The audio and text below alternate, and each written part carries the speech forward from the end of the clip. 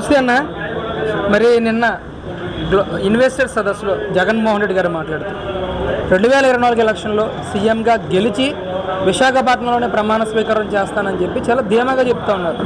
ఇదే తరుణంలో ఆయన మాట్లాడుతూ విశాఖపట్నాన్ని శాసన రాజధానిగా చేసి తీరుతానని చెప్పేసి కూడా మాట్లాడుతూ ఉన్నారు. ఎలా చూస్తారు అసలు దీన్ని? 2019లో వైఎస్ జగన్మోహన్ రెడ్డి గారు ముఖ్యమంత్రిగా ప్రమాణ స్వీకారం చేసిన తర్వాత అంతకుముందు చంద్రబాబు నాయుడు గారు ప్రభుత్వం వచ్చిన తర్వాత రాజధాని అమరావతిగా పెడుతున్నాను అని అసెంబ్లీలో చెప్పినప్పుడు జగన్మోహన్ రెడ్డి గారు మేము అంగీకారమే, అమరావతికి రాజధానిగా మేము అంగీకారమే, మాకు ఇష్టమే అని చెప్పి 2019లో ఎలక్షన్ జరిగిన తర్వాత అమరావతి రాజధాని అని చెప్పి ఎన్నికల ప్రచారం చేసుకొని ప్రభుత్వం వచ్చిన తర్వాత 4 సంవత్సరాలు 4.5 సంవత్సరాలు 5వ సంవత్సరం కూడా అయిపోతుంది, ఇంకొక నెల అయితే అయిపోతుంది. మనకు రాజధాని లేకుండా చేసిన ఏకైక ముఖ్యమంత్రి జగన్మోహన్ రెడ్డి గారు. ఆయన ఇటు అమరావతి రాజధాని లేదు, అటు రాయలసీమలో రాజధాని లేదు, ఇటు కోస్తాంధ్రలో కోస్తాంధ్రలో కూడా రాజధాని లేకుండా చేసిన వ్యక్తి మన జగన్మోహన్ రెడ్డి గారు.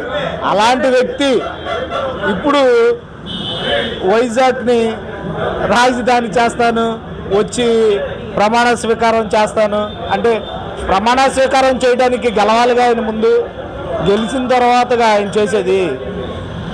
ఇక్కడ రాజధాని అని చెప్పి ఇక్కడ 4 ముక్కలు వేసి అమరావతిని ముళ్ళ పొదలు చేసాడు, రోడ్లు అస్తవ్యస్తం చేసి ముళ్ళ కంపలు పెరిగిపోయి అడవి పాలు చేసాడు. అలాగే ఇక్కడ భూములే కానీ నాశనం చేసేసి మ్యాక్సిమం 80% కన్స్ట్రక్షన్ చేసిన చంద్రబాబు నాయుడు గారి ఆ బిల్డింగ్లే కానీ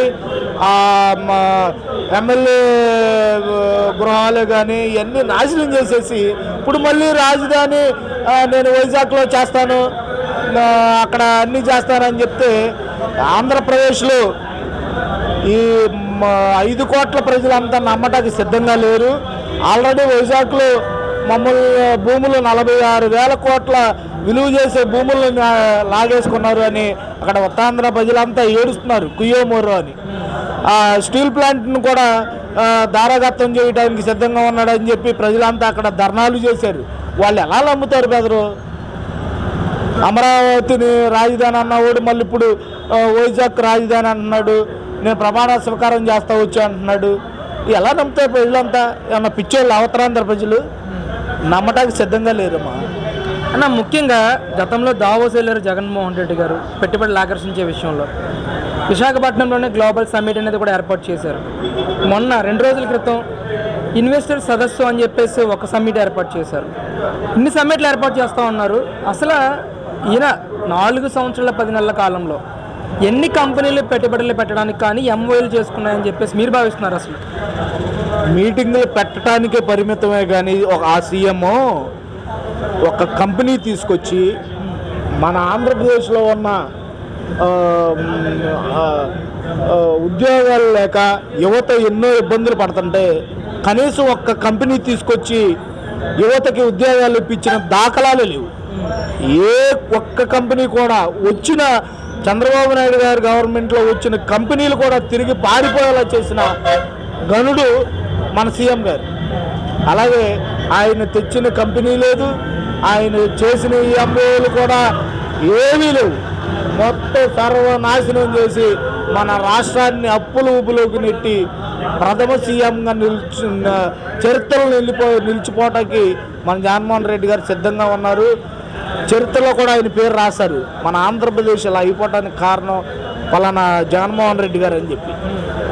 ఒక్క కంపెనీ అంటే ఒక్క కంపెనీ వచ్చి ఆర్థికంగా కానీ మన రాష్ట్రం డెవలప్మెంట్లో కానీ దేంట్లో కూడా లేకుండా చేసిన మన గొప్ప సీఎం ఆయన.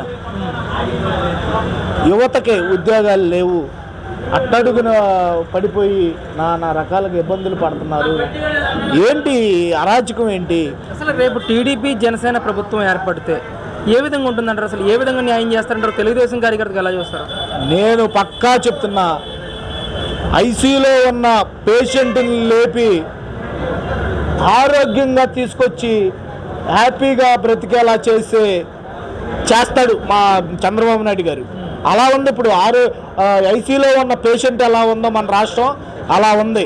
చంద్రబాబు నాయుడు గారు రావాలి, హ్యాపీగా ప్రజలంతా హ్యాపీగా బ్రతకాలి.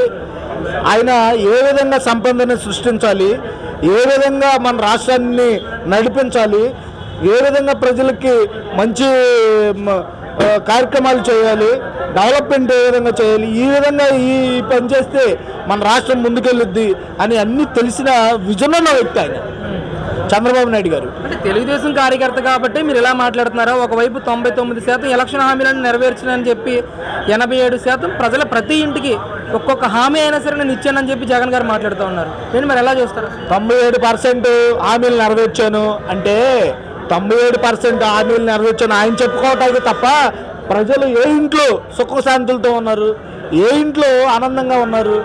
ప్రతి ఇంట్లో వైసీపీలో ఉన్న కార్యకర్త కూడా బాధపడుతున్నాడు, కానీ బయటపడరు వాళ్ళు.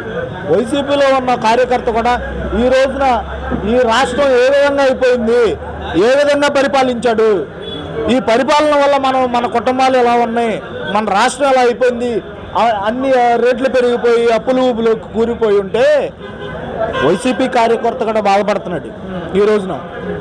రేపు రాబోయే రోజుల్లో జనసేన తెలుగుదేశం కూటమి ఏకమయ్యి రేపు గవర్నమెంట్ని ఫామ్ చేయబోతుంది. చంద్రబాబు నాయుడు గారి ఆయన అడుగుజాడల్లో జనసేన కార్యకర్తలే కానీ పవన్ కళ్యాణ్ గారు కానీ రాష్ట్రాన్ని ముందుకు తీసుకెళ్ళాలి ఫస్ట్. తర్వాత ఈ భేషజాలు అవన్నీ ఉండవు. ఫస్ట్ మన రాష్ట్రాన్ని అప్పులు ఊపులు నెట్టేసిన జగన్మోహన్ రెడ్డి గారి నుంచి ఈ రాష్ట్రాన్ని విముక్తి చేయాలి. చేసిన తర్వాత మనం అందరం కలిసి ఈ రాష్ట్రాన్ని ఏ విధంగా డెవలప్ చేసుకోవాలి, ఏ విధంగా మనం ముందుకు తీసుకెళ్లాలని ఆలోచనతోనే ఈ రెండు పార్టీలు ఉన్నాయి. కానీ మాకు ఏ విషయాలు లేవు. పవన్ కళ్యాణ్ గారు కూడా చాలా మంచి ఆలోచనతో చంద్రబాబు నాయుడు గారి నాయకత్వంలో రేపు రాబోయే రోజుల్లో ఈ రాష్ట్రాన్ని డెవలప్ చేయాలి.